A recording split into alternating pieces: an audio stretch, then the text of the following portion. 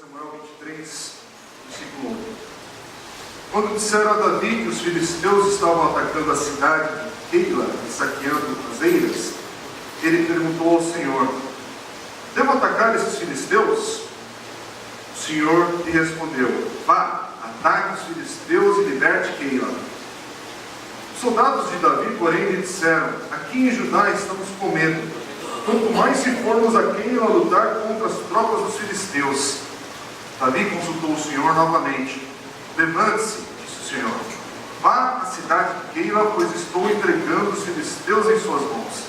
Então Davi e seus homens foram a Keila, bateram os filisteus e se apoderaram de seus rebanhos, impondo-lhes grande derrota e libertando o povo daquela cidade. Ora, Abiatar, filho de Aimeleque, tinha levado o colete sacerdotal e fugiu para se juntar a Davi em Keila.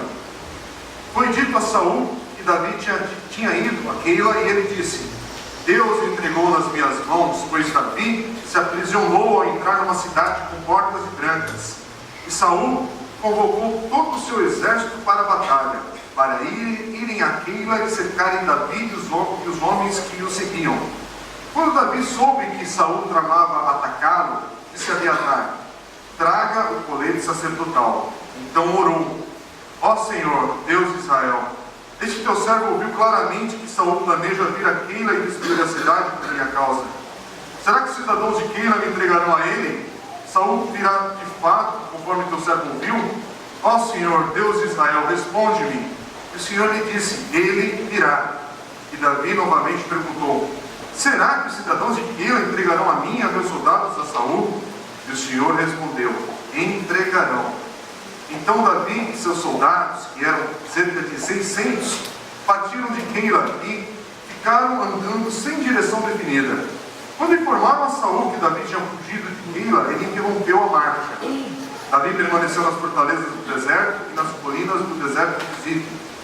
Dia após dia Saul procurava, mas Deus não entregou Davi em suas mãos. Quando Davi estava em Oreza, no deserto de Zif, soube que Saul tinha saído para matá-lo. E Jonatas, filho de Saul, foi falar com ele em Oreza e o ajudou a encontrar forças em Deus. Não tenha medo, disse ele. Meu pai não porá as mãos em você. Você será rei de Israel, e eu lhe serei o segundo em comando. Até meu pai sabe disso. Os dois fizeram um acordo perante o Senhor. Então Jonatas foi para casa, mas Davi ficou em Oreza. Alguns zifeus foram dizer a Saul em Gibeá: Davi está se escondendo entre nós, nas fortalezas de Oreza, na colina de Aquilá, ao sul do deserto de Jezimon. Agora, ó rei, vai quando quiseres, e nós seremos responsáveis por entregá-lo em tuas mãos. Saul respondeu: o Senhor os abençoe por terem compaixão de mim. Vão e façam mais preparativos. Descubram aonde Davi geralmente vai, quem o tem visto ali. Dizem que ele é muito astuto. Descubram todos os esconderijos dele e voltem aqui com informações exatas. Então irei com vocês. Se ele estiver na região, eu o procurarei entre todos os clãs de Judá. E eles voltaram para Zif antes de Saul. Davi e seus soldados estavam no deserto de Maom, na Arabá, ao sul do deserto de Jezimon. Depois, Saul e seus soldados saíram e começaram a busca. E, ao ser informado, Davi desceu à rocha e permaneceu no deserto de Maom. Sabendo disso, Saul foi para lá em perseguição a Davi. Até esse versículo.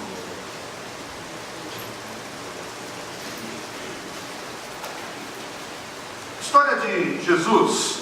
Nós sabemos que Jesus cresceu em Nazaré. A Bíblia comenta sobre isso.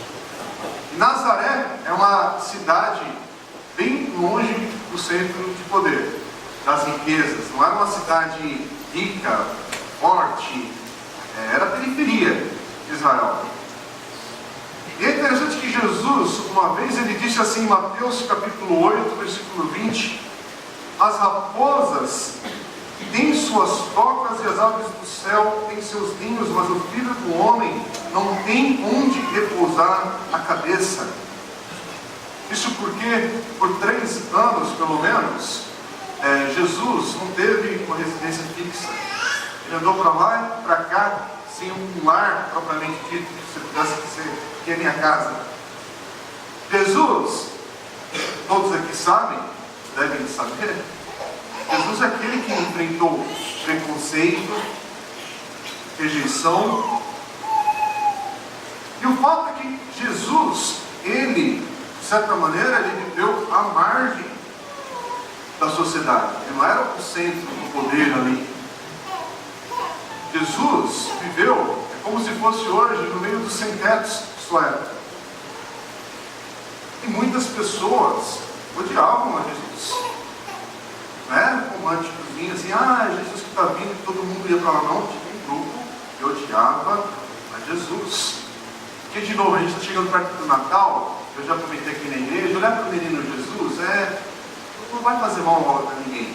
Uma criança, um bebê, já está tão bonitinho, o presépio, todo mundo monta. Agora, Jesus adulto, falando o que ele disse, falou, provocando, a reviravolta que ele provocou, já é diferente. Já não é tão bem-vindo assim. E olhando para Jesus, no contexto da cidade que ele saiu, onde ele morava, afinal de contas, quer dizer, e aí eu vi que ele reivindicava ser tal de rei de alguma coisa aí, as coisas parecem que não batem com aquilo que você está vendo. E aí a gente precisa perceber a grande diferença, de fato, de como o mundo, a sociedade, olha para alguém que se diz ser rei. Se alguém diz que é rei, você pensa já em Buckingham, Londres, toda aquela riqueza, todas as pompas que o rei tem. Mas aí, olha para Jesus, e onde estão os sinais de que ele é rei? E aí, você pode olhar também, quando nós estamos falando do rei aguardado na Bíblia, na história, nos relatos da Bíblia, o que os profetas diziam sobre esse rei que viria? Qual seria o estilo de vida que esse grande rei de Israel aguardava depois de Davi? Quais seriam os sinais da evidência desse rei? Porque, de novo, imagina que você encontra alguém na periferia aqui de Santo André, com 30 e poucos anos, ou com 30 anos de idade, morando no canto da cidade. Então, assim, você olha, tem alguma coisa errada, né? E aí, ao conversar com essa pessoa, ela diz que vai ser o futuro rei do Brasil. Espera aí, alguma coisa, eu digo, não está batendo, né? O que eu estou vendo e o que você está falando é um conflito. Então, guardadas as devidas circunstâncias do tamanho dessa história, é o fato que Jesus está dizendo. E aquilo que ele está mostrando, de onde ele vem, com quem ele anda. Porque Jesus, quando você está olhando para a vida dele no Novo Testamento,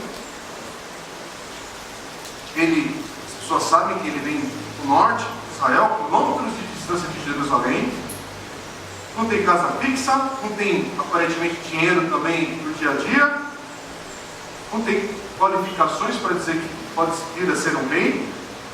Aliás, ele é filho de um carpinteiro, e ainda o pessoal tem dúvida a respeito disso. É filho mesmo. Aqueles que o seguem é um bando de gente sem formação, sem estudo, quer dizer, a peãozada ali da Judéia, de Israel, da classe trabalhadora, do tempo, e aí ele ainda reivindica ser rei, ungido de Deus. Lembra da palavra ungido? Quer dizer, é o Cristo. E aí, ainda por cima, na história dele, chega um momento que ele é preso e executado. Quer dizer, não basta estar preso, ainda é morto. E é morto, não de uma maneira normal, é morto numa cruz, que é a forma mais vergonhosa para morrer do seu tempo. É que isso está distante da gente, a gente não entende o absurdo da cena, do que está acontecendo. E para os judeus que estão olhando para aquilo, aquele Jesus morto e numa cruz, quer dizer que ele é amaldiçoado por Deus. E aí o pessoal está pensando, qual é o valor de seguir esse tal rei que está morto e ainda é um amaldiçoado, está numa cruz? Porque os judeus estão aguardando pelo rei que virá libertá-los. E libertá-los da tirania romana ali da sua época. Está todo mundo com essa ansiedade no coração, que o rei, o Messias, Deus de fato venha libertar Israel dos seus inimigos, e acabe com todos os inimigos da face da terra, os inimigos de Deus. E aí, eles têm diante deles, pelo menos nesse momento do início do Novo Testamento, dos Evangelhos, é um tal Jesus. Tudo bem que, quando esse Jesus curou os doentes, acalmou a tempestade, alimentou os famintos, opa, até parece, esse daí é o Messias, é o Cristo, é o ungido de Deus. Mas, ainda assim, fazendo esses sinais, ele foi rejeitado. Ele curou leprosos, cegos. Parece que o pessoal não estava tão agradecido assim, depois que ele fazia esses milagres. É interessante que a gente lê diversos milagres na Bíblia, só que o fato é que a gente não sabe o que aconteceu depois que esses milagres aconteceram. Sabe de uma outra história com um pouco mais de detalhe, mas no geral, você sabe que a pessoa foi curada, foi liberta e tal, e já virou a página, vai para outra história. E aí pensa, Jesus, ungido, o Messias, o Rei, morto numa cruz. Foi torturado ainda antes de chegar à cruz. Peraí, olha a cena. Como é que esse tal Jesus pode ser o Cristo? E aí tem uma passagem que alguns irmãos devem conhecer, e outros um pouco de novidade, dependendo do seu momento de caminhada na fé cristã. Então nós temos esse momento, dois discípulos na estrada de Emaús, logo depois desses acontecimentos. Jesus, o Cristo, Rei, está morto. E Lucas capítulo 24, versículos 13 a 35, mostra justamente esses discípulos ali, chateados, decepcionados com tudo aquilo que tinha acontecido. Alguns dias depois da morte de Jesus, e parece que essa situação, ela é insuperável. É o fim de uma história. E em Lucas capítulo 24, no versículo 21, eles dizem assim: nós esperávamos que era Ele que ia trazer a redenção a Israel. Quer dizer, tínhamos esperança, mas agora Ele está morto. E aí a pessoa, o estranho, eles estão conversando com um estranho, ali que eles não reconhecem de cara que é Jesus. Esse estranho, para eles, responde assim em Lucas 24, capítulo 20, versículos 25 a 27. Como vocês custam a entender, e como demoram a crer em tudo o que os profetas falaram. Não devia o Cristo sofrer estas coisas para entrar na sua glória? E começando por Moisés e todos os profetas, explicou-lhes o que constava a respeito dele em todas as Escrituras. Quer dizer, e esse estranho era Jesus, ressurreto dos mortos. Mas percebe o que Jesus está dizendo para esses dois discípulos? Vocês deveriam saber que o Messias tinha que sofrer. Não era uma opção, tinha que sofrer. E esse argumento que Jesus traz nessa conversa, ele está dizendo assim: olha, os sofrimentos desse tal Jesus é ou são a prova que ele é o Messias. Não é o contrário. É vê-lo sofrendo, vê-lo numa cruz, é que aponta para afirmar que ele é o Messias. Quer dizer, ao invés disso, dessa cena trágica, ser aquilo que impede, o obstáculo para reconhecer que ele é o Messias, é o contrário. Tudo isso é um sinal da sua identidade como o verdadeiro rei de Israel. Quer dizer, Jesus está falando desses homens, eles deveriam saber disso tudo, o que ele está falando aqui.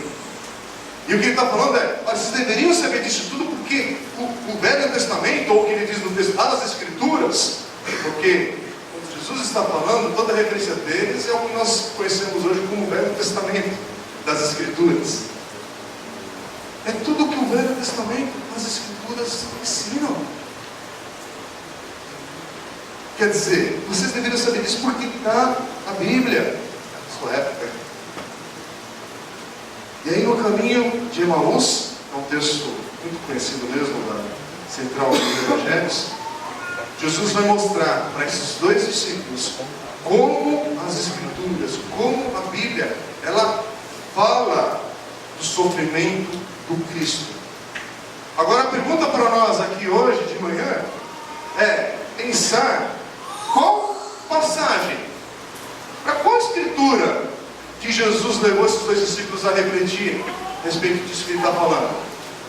Tá, tudo bem, toda a escritura, mas espera aí, nessa conversa, quais serão os possíveis textos que Jesus mostrou para eles, textos do Velho Testamento que mostram, ensinam que o Messias deveria sofrer?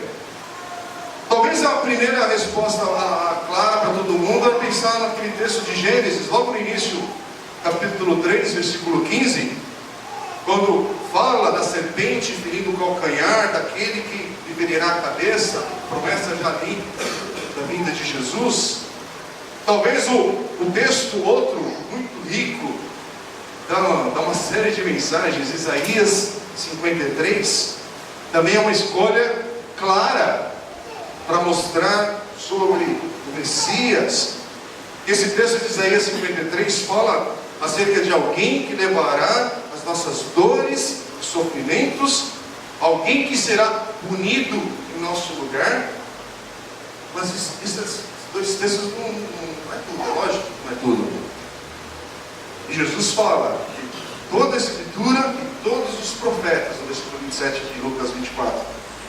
Então, de novo, pensa novamente, para qual ou quais outras partes do Velho Testamento Jesus poderia caminhar com os discípulos ali, apontando, falando. O pastor Tim Chester, que é o pastor que eu estou usando o livro dele, de comentário bíblico de 1 Samuel, para fazer essa série de mensagens aqui na comuna, o pastor Tim Chester, ele afirma sobre isso, falando, olha, possivelmente, é quase uma certeza, mas possivelmente, com muita possibilidade de a gente acertar em cheio, Jesus levou também aos discípulos para verem o livro de Samuel, isso é em 1 Samuel que nós temos hoje. Eu já citei aqui quando a gente começou essa série, que o livro de 1 e 2 Samuel na Bíblia hebraica é um livro só, uma história só. Mas com certeza, 1 Samuel e os Salmos de Davi foram passagens que os discípulos refletiram a respeito do Messias. Porque Jesus poderia conversar com eles mais ou menos assim: olha, como é que vocês esperavam que o Cristo, o Messias, aparecesse? A gente tem que pensar sobre Davi. Afinal, Davi foi o maior rei de Israel, e Deus prometeu que um de seus descendentes governaria o povo de Deus para sempre. Deus prometeu um novo rei, Davi, um maior do que Davi, que salvaria o povo de Deus.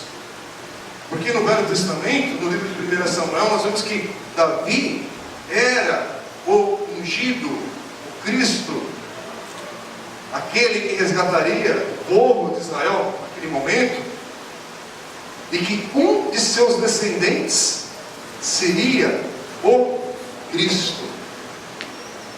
fato, aquele que para valer resgataria o povo de Deus do pecado, da morte. Então Davi era uma prefiguração de Cristo no Velho Testamento, nas Escrituras. Era uma prefiguração desse rei que seria o nosso Salvador. Então, se você quiser saber mais como Cristo de fato vai ou iria se parecer, você tem que olhar para a vida de Davi. E aí, voltando para esse contexto que nós estamos estudando já aqui alguns meses na Comuna, esse livro de 1 Samuel, como é que Davi chega ao trono? Como é que está sendo esse caminho de Davi chegar de fato ao trono? Davi está passando anos de sua vida, é um período bem longo. As páginas aqui são próximas dos capítulos um do outro, mas o tempo aqui é mais do que um dia, é mais do que uma virada de página. Tem anos que está correndo aqui, desde que ele derrubou, venceu Golias, já passaram vários anos. E são vários anos que Davi já sabe que é rei, Davi já derrotou Golias, Davi já tocou a corte do rei Saul e viu, através da sua música, Deus o usar para trazer libertação do espírito que está fazendo opressão na vida de Saul. Então, imagina, Davi já foi testemunha de tudo isso, da maneira como Deus já falou com ele, como Deus o escolheu. Mas agora Davi está no deserto, está sob perseguição de Saul, à margem da sua sociedade, sem lar. Davi está enfrentando preconceito e traição. E o escritor, o autor aqui do livro de Samuel, 1 e 2 Samuel, é interessante que ele leva 20 capítulos descrevendo a vida de Davi, depois que ele é coroado, a partir de 2 Samuel, capítulo 5, em diante. Mas ele também leva 20 capítulos descrevendo a vida de Davi antes dele ser coroado. O antes e o depois. E o livro de Salmos também vai apontar e descrever um período muito importante na vida de Davi, que são suas orações e lamentos que estão registrados no livro de Salmos, que são desse período do deserto. O primeiro livro dos Salmos, que está entre o capítulo 1 até o capítulo 41, porque, para quem não sabe, Salmos é dividido em 5 livros, dentro daquilo que nós chamamos de Salmos. E nos capítulos 1 ao 41, são salmos, a maioria deles, quase todos escritos por Davi, ou sobre ele, falando sobre esse período que ele está passando aqui de 1 Samuel, que nós estamos lendo nesse capítulo 23, 21, 22, 23. E a maioria desses salmos são lamentos. Esses salmos descrevem Davi sofrendo enquanto aguardava o seu reino. Mas ele está aguardando o reino, comendo um churrascão com todo mundo lá, né, com os soldados. Ah, vou ser rei, já ganhei as eleições, e só aguardar a posse, está tudo bem. Não. É um momento pesado, delicado. E os autores do Novo Testamento, incluindo o próprio Jesus enquanto está pendurado na cruz, eles viram nesses salmos uma descrição do Messias, Jesus o Cristo. Quer dizer, os lamentos de Davi já eram uma prefiguração, um quadro do sofrimento do Messias, de fato, daquilo que ele iria passar.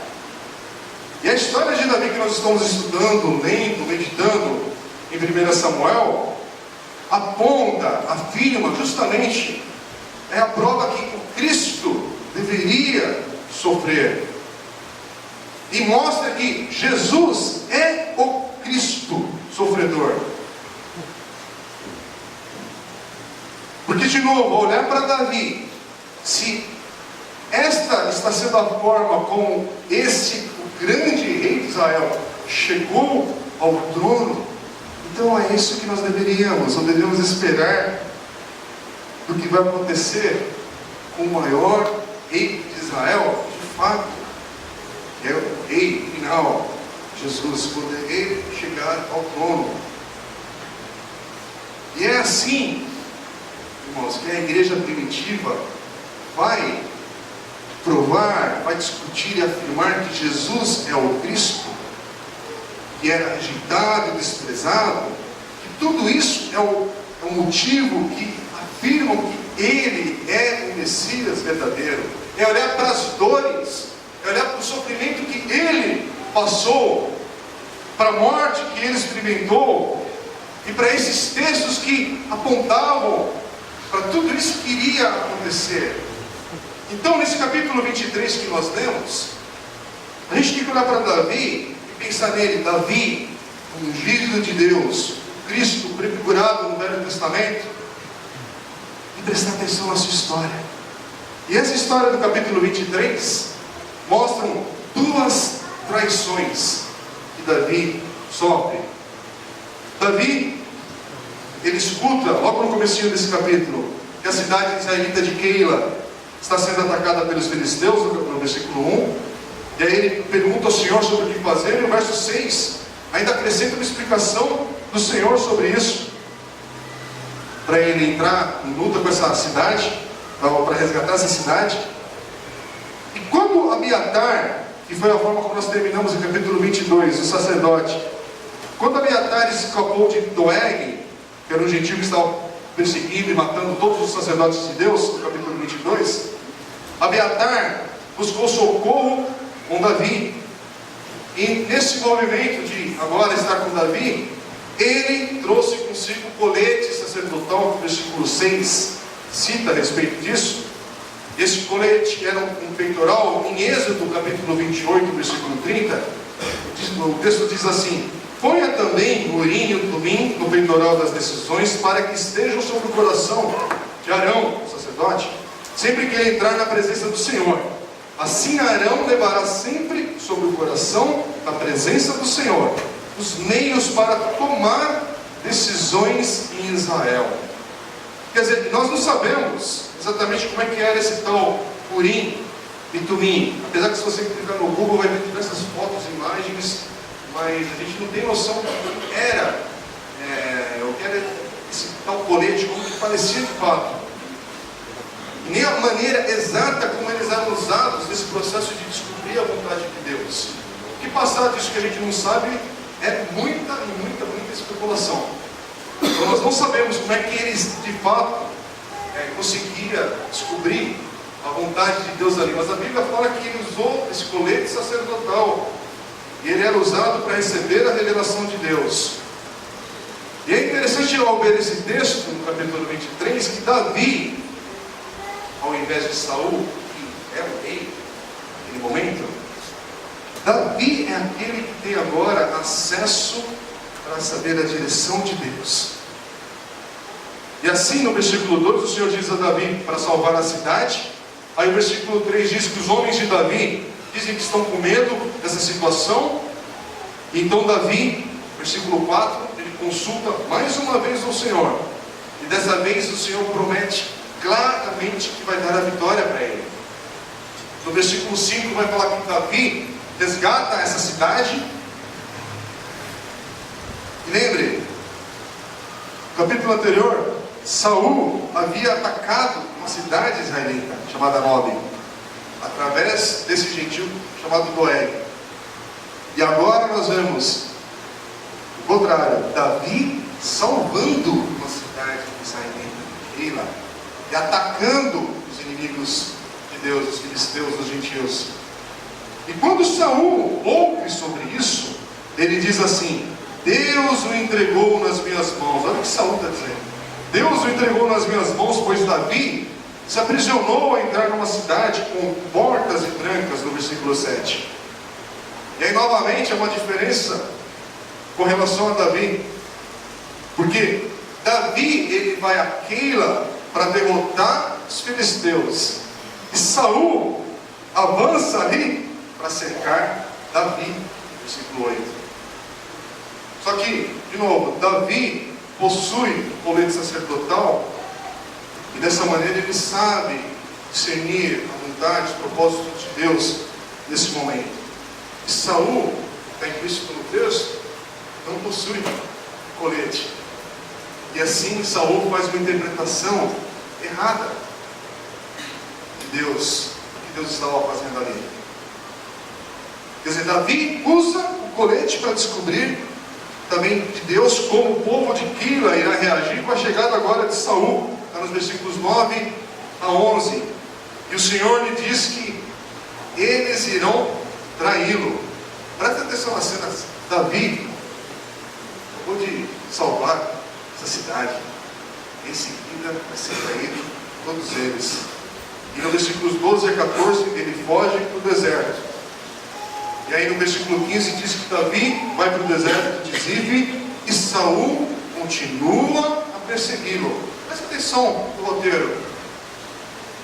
Novamente, o povo local ali o trai. E dessa vez, eles não têm a iniciativa de já ir até Saul para entregar Davi. Versículos 19 a 20 fala sobre isso. E aí de novo, Saul compreende de novo errado os propósitos de Deus quando eles oferecem trair a Davi. Saul responde assim nos versículos 21 a 23: o Senhor os abençoe por terem compaixão de mim. Nos envia então para trazerem informações sobre onde está Davi. É interessante ver isso, né? Saul, o rei, e interpretando errado a vontade de Deus. Ele não assim fala: o Senhor me abençoou. Deus não tem nada a ver com isso. O Senhor me quer, o povo me quer bem e tal. Deus não está vendo nada disso. E a gente fica vendo nesse texto preocupação de Deus com Davi, cuidado. Davi ouve sobre o avanço de Saul e foge para o deserto de Maom, que é como a gente terminou a leitura nos versículos 24 e 25. E aí então depois, a gente não leu esses versículos 26 a 29, que são a conclusão desse capítulo. A perseguição de Saul vai ser interrompida porque vai chegar para ele uma notícia da invasão dos filisteus nas terras de Israel. E é isso que a gente vai ver semana que vem. Então Saul desiste de perseguir Davi e Davi tem uma trégua aí, mas ele está no deserto. E é nesse momento, na cidade de Zif, que o Salmo 54 é escrito por Davi, que diz no Salmo 54, o cabeçalho dele mesmo ali está descrito, quando você abre a sua Bíblia, que esse salmo foi escrito por Davi, quando os judeus foram a Saul e disseram: acaso Davi não está se escondendo entre nós? E aí nesse Salmo 54, no versículo 3, que Davi diz assim: estrangeiros me atacam, homens cruéis querem matar-me, homens que não se importam com Deus. E o Salmo, ele começa no versículo 1 com uma oração. Davi diz assim: salva-me, ó Deus, pelo teu nome, defende-me pelo teu poder. E a conclusão desse salmo, versículo 7, termina com o livramento de Deus. Davi diz assim: pois ele me livrou de todas as minhas angústias, e os meus olhos contemplaram a derrota dos meus inimigos. De novo, Davi, o ungido, o Cristo, a figuração de Jesus, traído 2 vezes. Mas enquanto esse Davi, ele é traído e rejeitado pelo povo, ele não é rejeitado por Deus. Deus, muito claro no texto, Deus está com ele. E aí a gente traz para a história de Jesus a rejeição de Jesus, a traição de Judas e todos os demais, podem parecer, quando você olha para essa história, que isso não está desaprovando aquilo que Jesus está afirmando que Ele é. Ele é o Messias, o Rei. Mas essa cena de traição, de rejeição, na verdade, confirma que Ele é sim o verdadeiro Messias de Deus. Ele é o verdadeiro descendente de Davi. Porque de novo a cena na cruz, Jesus é condenado como um impostor, como alguém que blasfemou contra Deus. Ele está ali sendo executado para ser morto na cruz. E ali, naquela cena ainda eles colocam um título para humilhá-lo ainda mais: o Rei dos Judeus. Mas é através da ressurreição de Jesus que Deus mostra estar com Ele. A ressurreição de Jesus é a confirmação que Ele é o Messias de Deus, o Cristo. E Atos capítulo 2, verso 36 diz assim: este Jesus a quem vocês crucificaram, Deus o fez Senhor e Cristo. Por isso que essa história que é contada em 1 Samuel e também refletida nos Salmos tem um papel central naquilo que a gente chama da apologética da igreja primitiva, porque é a prova que o Messias sofredor é o verdadeiro Messias. As dores, o sofrimento, a perseguição, a rejeição de Jesus, longe de estar questionando a sua identidade, ao contrário, está confirmando que Jesus é o verdadeiro descendente de Davi. Agora a pergunta é: por que Cristo deveria sofrer? Porque se Jesus é Deus, se Jesus é o Senhor, Jesus podia ter vindo com poder, glória, eliminando os seus inimigos. Só que o problema é que nós somos os inimigos.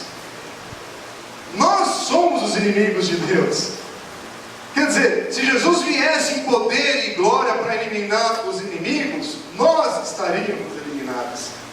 É com a gente essa história. É com cada um de nós e com quem esteve ali nesse contexto histórico também vivendo. Porque se Jesus viesse com poder e glória, Ele traria julgamento. De fato. Então, na sua graça, Jesus, Ele vem de uma maneira discreta. Os seus sofrimentos é que criam a oportunidade do arrependimento. E mais do que isso, o julgamento, de fato, Ele veio, mas Ele caiu sobre Jesus. Ele é que morreu no meu, no seu lugar, no nosso lugar. Então agora, quando Jesus voltar, porque Ele vai voltar, nós vamos poder agora sim desfrutar do seu reino, ao invés de entrarmos no julgamento de Deus.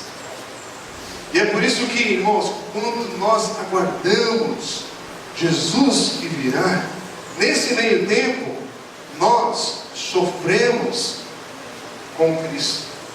Nós sofremos como Cristo.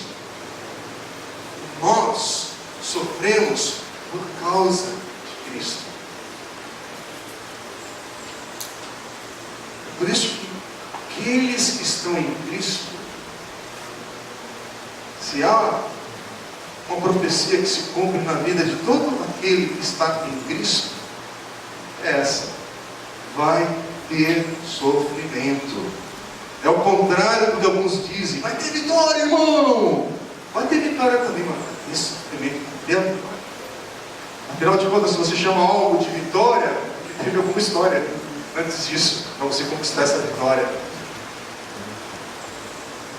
Aqueles que estão em Cristo podem aguardar, podem sofrer, por causa do exemplo que nós temos em Cristo. Quem é que diz isso, irmãos? É o próprio Jesus.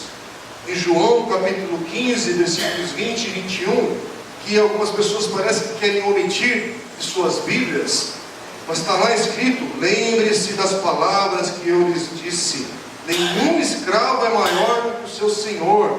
Se me perseguiram, também perseguirão vocês. Se obedecerem a minha palavra, também obedecerão a de vocês. Tratarão assim vocês por causa do meu nome, pois não conhecem aquele que me enviou. Irmãos, se tem algo nesta manhã, olhando para esses textos que nós observamos, principalmente para Lucas 24, e olhar pela lente de Lucas 24, o que de fato está aqui relatado nessa história de 1 Samuel, capítulo 23, a gente precisa, aliás, toda a história de 1 Samuel que nós estamos vendo aqui domingo após domingo, uma coisa que nós precisamos fazer dia a dia, principalmente quando a gente é bombardeado por um evangelho esquisito que chega aos nossos ouvidos, sabe, um aroma estranho, porque no primeiro momento traz empolgação, mas quando você, segunda-feira, 5h30 da manhã para alguns aqui, toca lá o alarme, e você sabe aquele trem gostoso que você vai enfrentar, até chegar na Lapa e outras situações piores. Ah, Senhor da vitória, e agora? E a volta é pior ainda, né? Porque aí o pessoal volta suadinho, né? E outras coisas mais que vão acontecer no decorrer do dia que você vai enfrentar. Irmãos, tem uma coisa que nós precisamos hoje olhar para a palavra de Deus e corrigir, são as nossas expectativas da vida. Porque muitas vezes isso de novo é reforçado por um evangelho distorcido, usando a palavra de Deus como Saul usa. Ele vê uma situação e fala: Deus está me abençoando, Deus está falando, Deus não está em nada disso. Então a gente precisa hoje, irmãos, corrigir as nossas expectativas da vida, porque muitas vezes a gente tem anseios no nosso coração, a gente tem a ansiedade de ir bem na nossa carreira profissional ou de estudos, não tem nada de errado nisso, mas a gente quer ser bem sucedido sem que a nossa fé crie problemas para nós. Você quer ser um empresário de sucesso e discípulo de Cristo e acha que não vai ter conflito. Você quer, nos dias de hoje que a gente está vivendo tantos escândalos, quer ser usado por Deus, e você pode se envolver e ser usado por Deus nas questões de cidadania, do bem do povo sofrido aí da nação, entrar na política. Mas se você entrar na política para fazer o bem e for de fato discípulo de Cristo, não vai ser fácil. Quer dizer, a gente tem ansiedade de ser capaz de compartilhar da fé, daquilo que Deus fez na nossa vida, sem esperar oposição. Você acha que você vai chegar na tua casa, na tua família, falando que Deus transformou a sua vida, Deus te fez um novo homem, uma nova mulher, te perdoou, isso, aquilo, outro, e acha que não vai ter oposição, que todo mundo vai terminar e aplaudir você ali à mesa, te dar o melhor lugar, comer aquela lasanha, hoje na hora do almoço, porque agora você é discípulo de Cristo. Quer dizer, você acha que a sua fé não vai provocar oposição, lutas. Quer dizer, a gente tem aquele anseio que Deus vai resolver os nossos problemas, que Ele vai levar de fato o nosso sofrimento. Porque Isaías fala que Ele levou sobre si as nossas enfermidades. Irmãos, ontem eu estive orando com o irmão da nossa igreja, o irmão Dorival, que está lá impactado na UTI ali de Santa Helena. Ele é um discípulo de Cristo. E hoje a gente está aqui celebrando. Eu gosto muito daquelas frases do Facebook, né? Como é que o pessoal fala? Só que não, né? Esse gay, né? Que o pessoal fala, tem que interpretar as coisas lá, tudo longe muito, né? Pessoal, quer o bem para a pessoa, e tudo bem que querer o bem, porque é joia. Mas a gente diz, porque estou orando por você, porque Deus vai fazer a vontade, e aquelas coisas todas, aí depois acontece o oposto do que você estava querendo para a pessoa, aí você fica perdido, porque você não estava esperando o revés daquilo. Porque na tua cabeça é só vitória, é só vai dar certo, é só conquista, é só glória. Não esquece que para chegar na glória tem um caminho de deserto, um caminho de sofrimento. Atos, quando os apóstolos, presta atenção, os apóstolos, não é uma turminha aí que chamam de apóstolo, não. Estou falando, os apóstolos foram açoitados. E a gente lê no capítulo 5, versículo 41, ele dizendo assim: os apóstolos saíram do sinédrio alegres por terem sido considerados dignos de serem humilhados por causa do nome. Ah, que cena quando você vê alguém falando besteira na televisão e usando o título de apóstolo.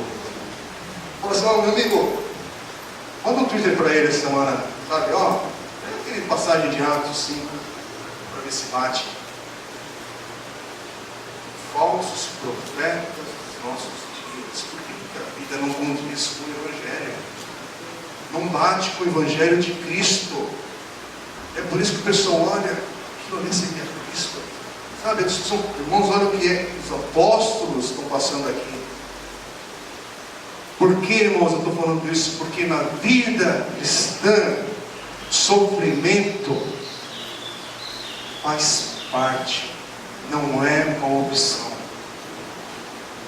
Quer seguir a Cristo? Entenda que seguir a Cristo, sofrimento faz parte, não é uma opção.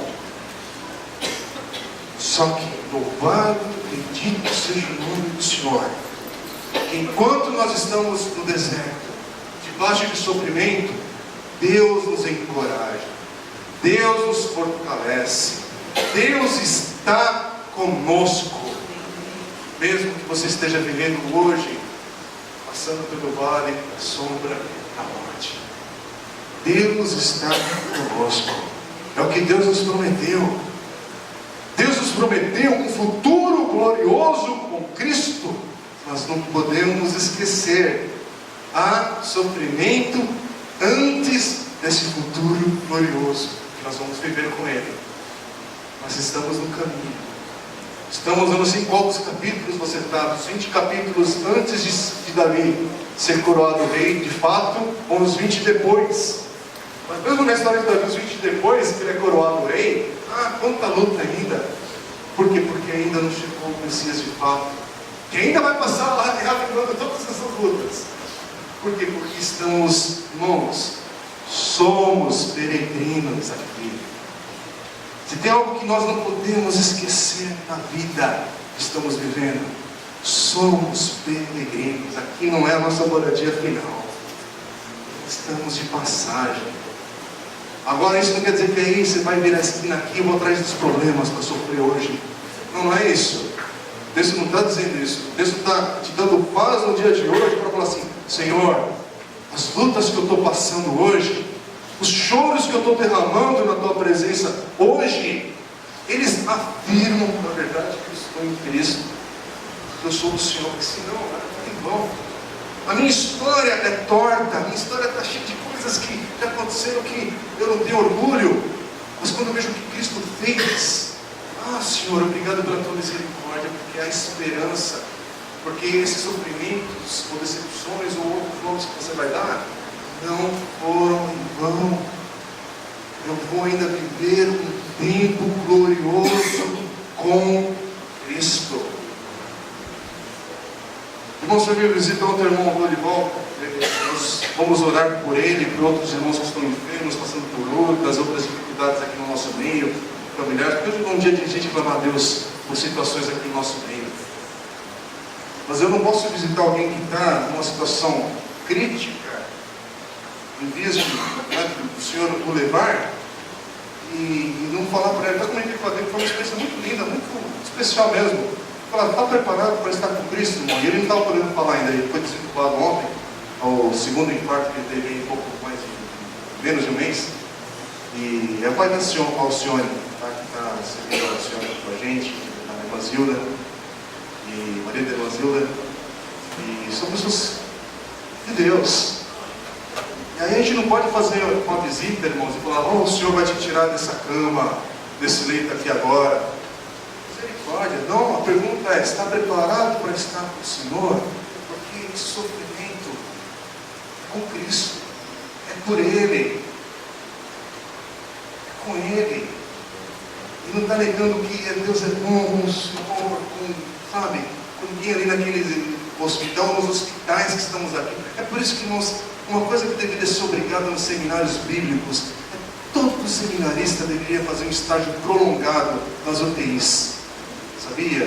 Ou serem capelões em cemitérios, para aprender a trazer de fato a palavra de Deus para os contextos da vida.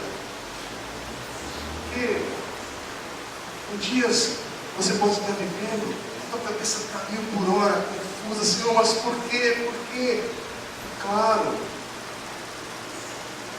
nós não estamos no controle das coisas, do desdobramento das coisas que a gente vai vivendo, da nossa saúde, das questões básicas da vida, da responsabilidade dos outros. Mas nós não temos que ficar perdidos e angustiados com está tudo perdido. Não! Deus é Senhor da minha e da sua vida. E Ele promete que no meio desse caos estar presente com a gente. E nesse caos Ele promete que, olha, os dias estão contados para Ele trazer ordem novamente. A palavra de Deus diz: a natureza está gemendo. É isso que nós estamos vendo, esses dias difíceis, dias maus, dias angustiantes. Mas, irmãos, esteja com o Senhor. Que os teus sofrimentos não neguem, na verdade, a beleza da salvação, da nova vida que você tem em Cristo, mas que você se identifique com as dores do Cristo, do Messias, do Senhor. Eu preciso do Senhor. Me fortalece nessa hora. Porque tem alguns irmãos que está passando aí uma situação difícil. Irmãos, é dia de clamar a Deus. É dia de dobrar o joelho. É dia de: Senhor, livra-me. Sim, livra-me. Mas continuar firme no Senhor, porque eu não sei qual vai ser o livramento do Senhor. Não sei o que Deus vai fazer de fato, mas a minha perspectiva, eu olhar para isso aqui e falar: Senhor, olha para a vida de Davi. Eu me identifico com esse momento de dores que ele está passando, porque talvez você está no deserto. Então hoje, se identifique com Davi. Davi passou por isso. Eu estou aqui com todo tipo de dores, mas olha para Jesus. E olha de fato o que Jesus passou, porque Ele continua prometendo e cumprindo nos dias de hoje. Ele promete estar comigo, com você, no dia mau, no dia da vitória. E Ele promete tudo glorioso com Ele. Estamos no caminho, somos peregrinos. Vamos ficar no nome de Jesus, vamos orar. Hoje é dia de clamar a Deus.